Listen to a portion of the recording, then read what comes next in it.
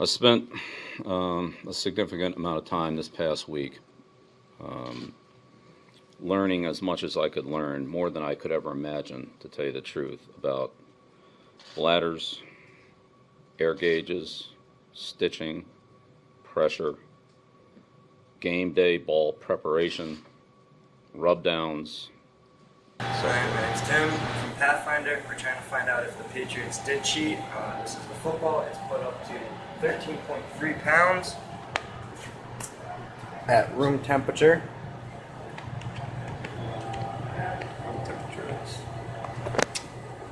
And we're going to be putting it into 52.1 degree water, which is going to make it for like wet, like when it was raining, and the temperature.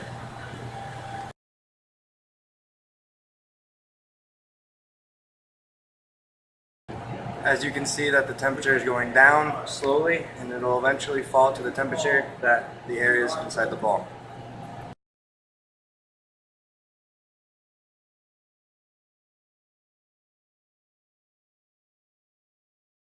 What's the story?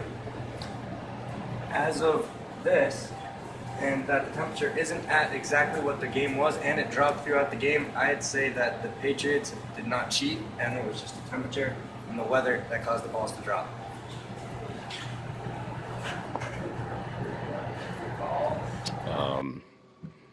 Trying to be as helpful as I can here and share with you what I've learned.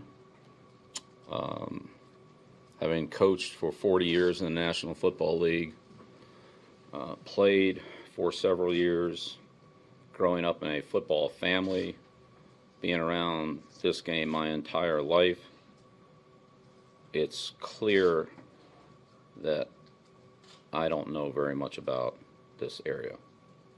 Over the last few days, I've learned a lot more than I ever knew, like exponentially more.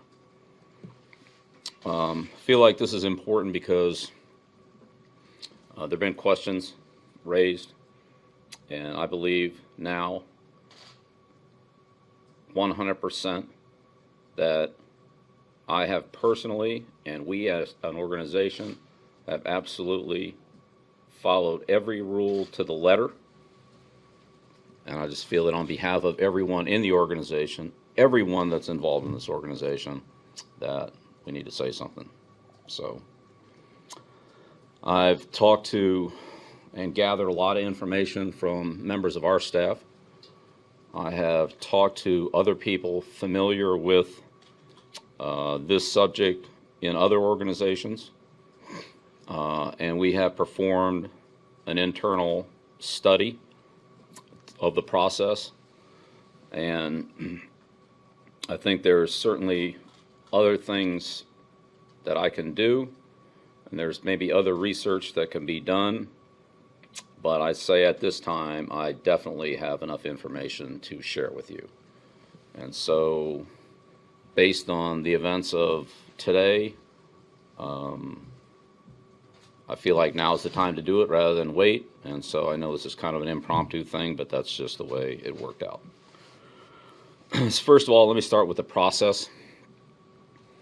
As Tom explained on Thursday, like the most important part of the football for the quarterback is the feel of the ball. I don't think there's any question about that. And the exterior feel of the ball is not only critical, but it's also very easily identifiable. When I feel a football, I can feel the difference between slippery and tacky. I can feel the difference between the texture of the ball, of what degree it's broken in. If you put 5 balls out there, which ball's broken in the most, which ball's broken in the least, that's easy to identify, and that's the essence of the preparation. We prepare our balls over time, and we use them in practice. And that preparation process continues right up until the balls are given to the officials prior to the game. That's when they are finalized, if I could use that word. I would say that in that process, I've handled dozens of balls over the past week.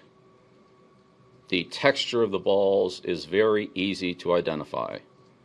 The pressure of the balls, footballs, is a whole different story. It's much more difficult to feel or identify. So the focus of our pregame preparation for the footballs is based on texture and feel. And I think Tom went into that extensively on Thursday, and he obviously could go through it a lot better than I can because he's the one that touched them. But that's the heart of the process. So we simulated a game day situation in terms of the preparation of the footballs and where the footballs were at various points in time during the day or night, as the case was Sunday. And I would say that our preparation process for the footballs is what we do. All right, I can't speak for anybody else. It's what we do, and that process we have found raises the PSI approximately 1 pound. So that process of creating a tackiness, a texture, the right feel, whatever that feel is, it's just it's a sensation for the quarterback. What's the right feel? That process elevates the PSI approximately 1 pound based on what our study showed, which was multiple balls, multiple examples in the process, as we would do for a game. It's not one football. When the balls are delivered to the officials' locker room, the officials were asked to inflate them to 12.5 PSI. What exactly they did, I don't know, but for the purposes of our study, that's what we did. We set them at 12.5. That's at the discretion of the official, though. Regardless of what we ask for, it's the official's discretion to put them where he wants. Again, that's done in a controlled climate. The footballs are prepared in our locker room. They're delivered to the official's locker room, which is a controlled environment. It's whatever we have here is what we have there. When the footballs go out onto the field into game conditions, whatever those conditions are, whether it's hot and humid, whether it's cold and damp, whether it's cold and dry, whether it's whatever it is, that's where the footballs are played with, and that's where the measurements would be different than what they are, possibly different than what they are in a controlled environment. And that's what we found. We found that once the footballs were on the field over an extended period of time, in other words, they were adjusted to the climatic conditions, and also the fact that the balls reached an equilibrium without the rubbing process, that after that had run its course and the footballs had reached an equilibrium, that they were down approximately 1.5 pounds per square inch. When we brought the footballs back in after that process and retested them in a controlled environment, as we have here, then those measurements rose approximately 1/2 pound per square inch. So the net of 1.5 back to a half is approximately 1 pound per square inch to 1.5. Now, we all know that air pressure is a function of the atmospheric conditions. It's a function of that. So if there's activity in the ball relative to the rubbing process, I think that explains why when we gave them to the officials and the officials put it at, let's say, 12.5, if that's in fact what they did, that once the ball reached its equilibrium state, it probably was closer to 11.5. But that's just our measurements. We can't speak specifically to what happened because we have no way of touching the footballs other than once the officials have them, we don't touch them except for when we play with them in the game. But It's similar to the concept of when you get into your car and the light comes on and it says low tire pressure because the car's been sitting in the driveway outside overnight, and you start it up and you start driving it and the light goes off. It's a similar concept to that. So the atmospheric conditions as well as the true equilibrium of the ball is critical to the measurement. At no time were any of our footballs prepared anywhere other than in the locker room or in an area very close to that. Never in a heated room or heated condition. That has absolutely never taken place to anyone's knowledge or anyone's recollection, and that's just didn't happen. When you measure a football, there are a number of different issues that come up. Number one, gauges. There are multiple types of gauges, and the accuracy of one gauge relative to another there's variance there. We're talking about air pressure. All right, so there's some variance there. Clearly, all footballs are different. So footballs that come out of the similar pack, a similar box, a similar preparation, each ball has its own unique individual characteristics because it's not a man-made piece of equipment. It's an animal skin, it's a bladder, it's stitching, it's laces, and each one has its own unique characteristics. So whatever you do with that football, if you do the same thing with another one, it might be close, but there's a variance between each individual football. Footballs do not get measured during the game. We have no way of knowing until we went through this exercise that this is really taking place. So when we hand the balls to the officials put them at whatever they put them at, but let's just say it's 12.5. That's where they put them. Then the air pressure at that point, from then on until the end of the game, we have no knowledge of. And honestly, it's never been a concern. So what is a concern is the texture of the footballs, and again, that's the point that Tom hit on hard on Thursday. We had our quarterbacks look at a number of footballs, and they were unable to differentiate a 1 pound per square inch difference in those footballs. They were unable to do it. On a 2 pound differential, there was some degree of differentiation, but certainly not a consistent one. A couple ones they could pick out, but they were also wrong in some of the other ones that they had. So you're welcome to do that yourself. And I can tell you from all the footballs that I've handled over the last week, I can't tell the difference if there's a 1 pound difference or half a pound difference in any of the footballs.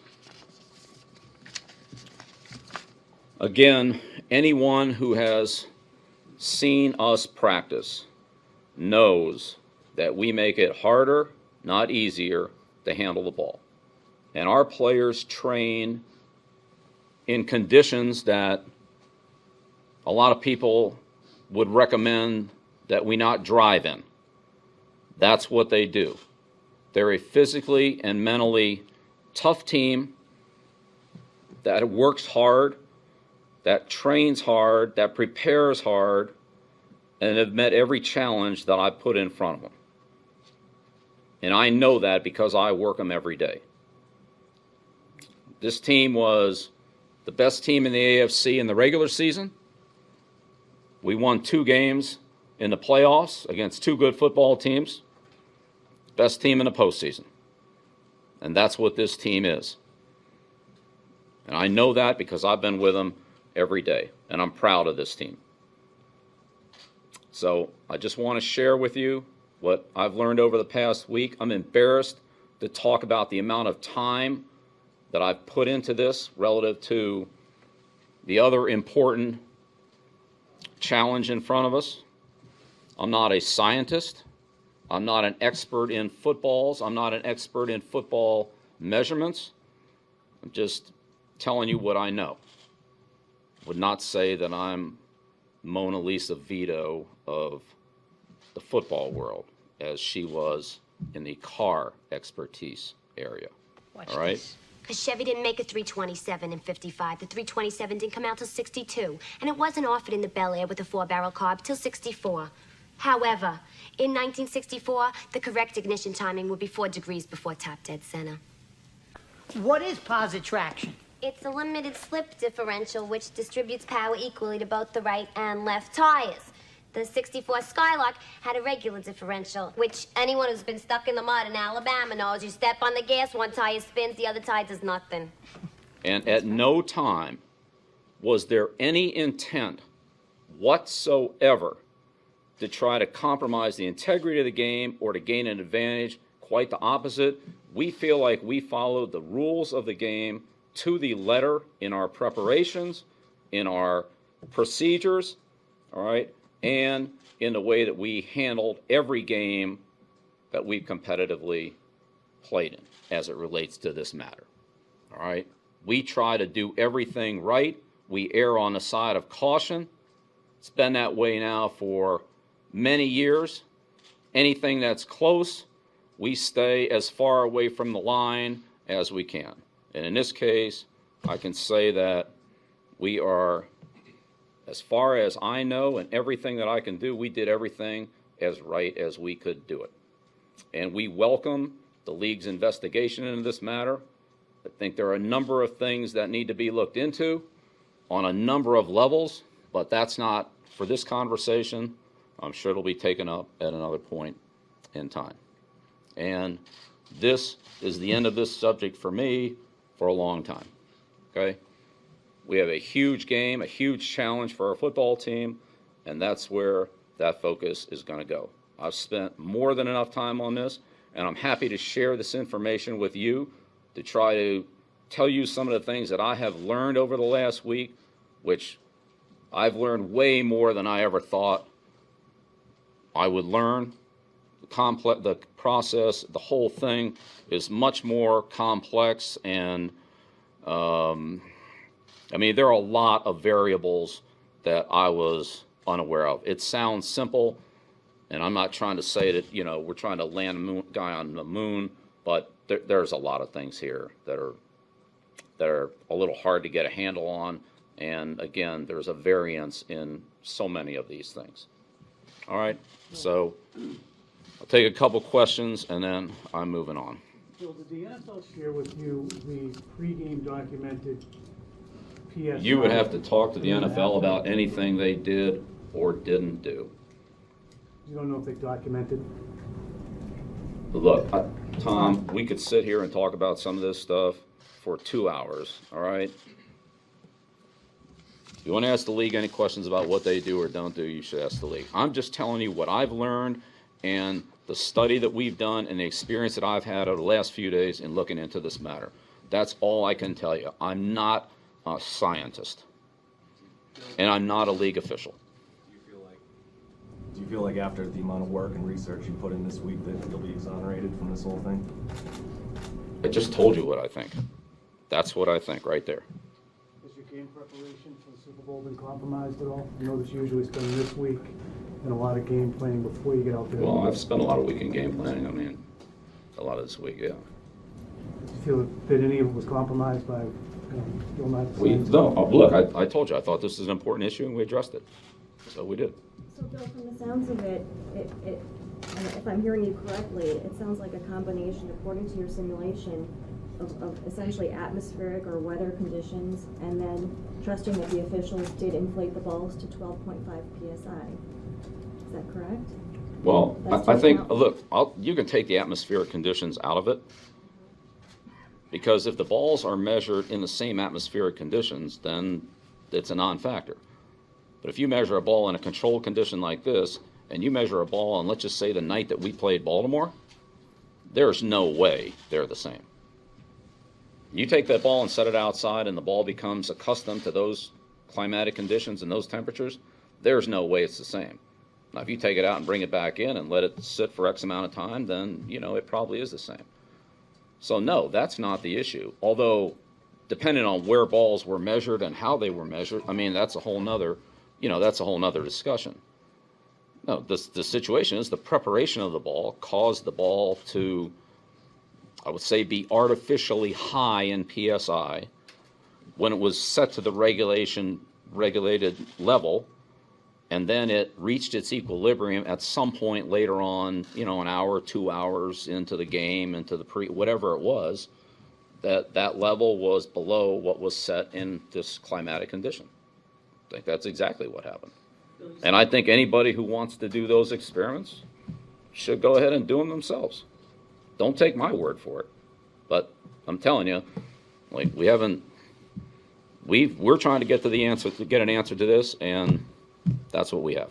Bill, you said you always try and err on the side of caution and try and stay on that side of the rules, but with the videotaping, it was clear that you were pushing the envelope on that. Is that something that changed then, or is that something? No, well, I mean, look, that's a whole other discussion, but the guy's giving signals out in front of 80,000 people, okay?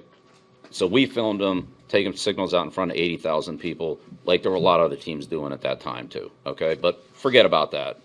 If we were wrong, then we've been disciplined for that. That's clearly not trying to do everything you can to stay on the side. This Guy's in front of 80,000 people.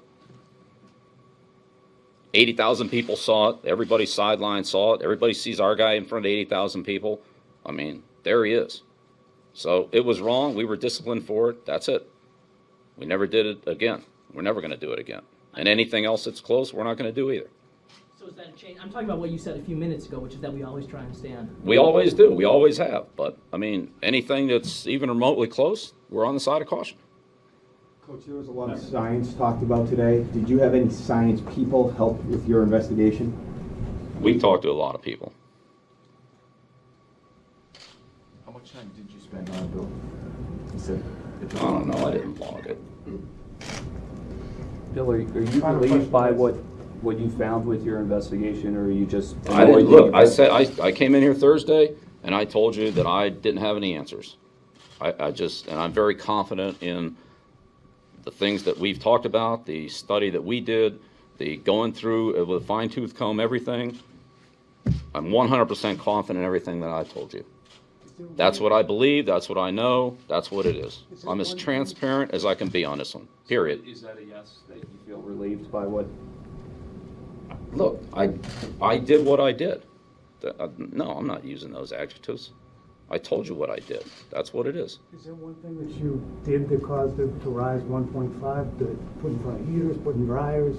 Do you know what it was? No, it was never put in front of a heater. I just said that, Tom. No. I'm talking about whatever you do to prepare the ball that makes it rise 1.5. You rub it. You try to get the texture the way the quarterback Okay. wants it. I'm just trying to establish what it was that you did. I just said that, Tom. And I said that in no time was the ball ever put in any type of a heated environment. All right? Okay, so I shouldn't use heater. Do you rub it vigorously or what? We rub it to get the ball to the proper texture. Yes, I mean, I don't know what's vigorous, what isn't vigorous. I mean, we're not polishing fine china here. We're trying to get a football to the proper texture the quarterback wants it to grip it. Does that stimulate something inside the ball to raise the PSI? I would say yes, it does. Based on all this, the exhaustive research that you've done, I'm curious, what do you do then differently going forward? You say you're always going to err on the side of caution. You're going to make sure. Well, that's another. You're getting into another whole area here. You're getting into another whole area as it relates to the next game. Yep. Yes, that's exactly right. I couldn't, and that's exactly why this whole process was done, for that very reason. And I don't know the answer to that question, but that's a very important question. Yes.